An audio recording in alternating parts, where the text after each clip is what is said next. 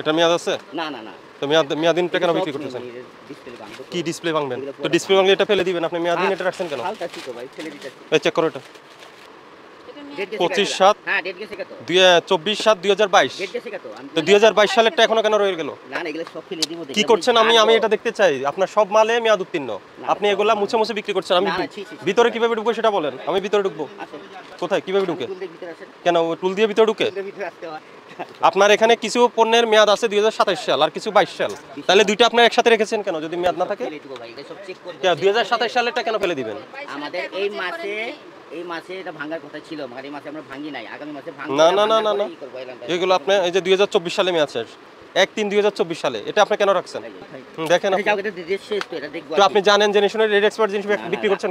এই ধরনের ব্যবসায়ীদের বিরুদ্ধে কেমন পদক্ষেপ নেওয়া উচিত আপনারা অবশ্যই কমেন্টে জানাবেন, যাতে আমরা পরবর্তী অভিযানে কার্যকর একটি পদক্ষেপ নিতে পারি।